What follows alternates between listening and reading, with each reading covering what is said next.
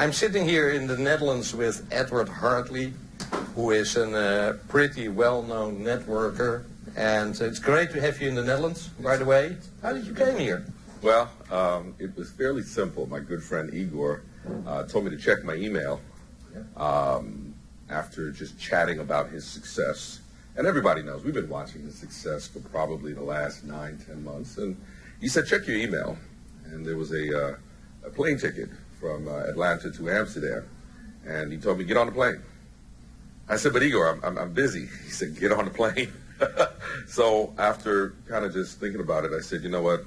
It really didn't make sense to watch my good friend a fast track to a billionaire. And that's what I felt. He was on a fast track to becoming a billionaire. And I didn't want my grandchildren, my great-grandchildren to say, well, Daddy's good friend became a billionaire, and you didn't, and he didn't, because he didn't want to get on a plane. So it was a pretty simple decision. Now, maybe a difficult question, but you were involved in a previous opportunity. You were pretty successful in that one. So why OneCoin at this moment? Well, you know, what I just said a moment ago plays into it. I mean, some people look at the fact that OneCoin is making people lots of money, and that's clear. It's obvious.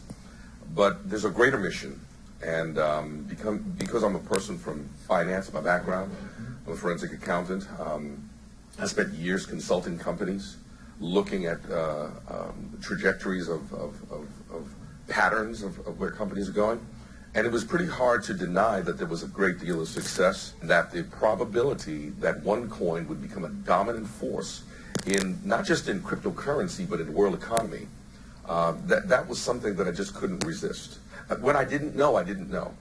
But after I got on that plane and I sat here, spoke with Igor, spoke with Andrea, met some other people, of course, even speaking to my good friends, the Steinkellers, and understanding that this is a major movement here. And because in that coffee company that I was involved with, I had the opportunity to open many countries, from Nigeria to Malaysia, even down in the Caribbean, Trinidad, and so many other countries that have been part of the development of those markets. So when you understand the difficulty in terms of money movement and the cost and how it affects the middle class and the not so, I don't want to call them poor, but let's just be real, the people who are less fortunate financially. I think cryptocurrency and the methodology that OneCoin, Dr. Ruja has put together is something that's going to change the world.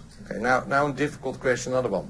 A lot of people say, listen, OneCoin, it is a Ponzi. And that is, of course, an ugly one. Now, you are a forensic accountant, so give me the reason why it is not. You know what? Look, I can't tell you it is not, per se, because everyone has a perspective. Just a few weeks ago, I was watching an interview where Bitcoin was classified as a Ponzi scheme. A multi-billion-dollar successful Ponzi scheme. Are you kidding me? You see, what I believe is that propaganda will always get people's attention, okay? So what better way to argue the movement, the growth of something that's really powerful? I mean, just the fact that so many people have paid so much attention and called it those kind of names, that lets you know you're onto something. Why? If you go back, history, and now you want to use one example. I mean, I can give you dozens, okay, because I've done my due diligence. But if you take Uber, Uber has a market cap today of about $64 billion. And it's a fairly young company, but it was considered a scam. It was considered a company that wouldn't survive.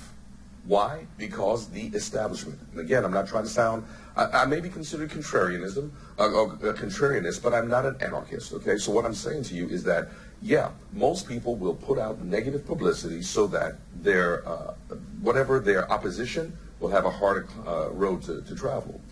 Uber, you look back 100 years, there was a shared ride organization.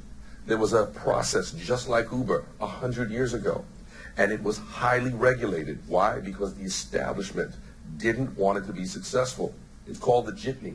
Anyone who does due diligence about the jitney will understand a 5 cents shared ride situation years ago was going to put the transportation industry on its side.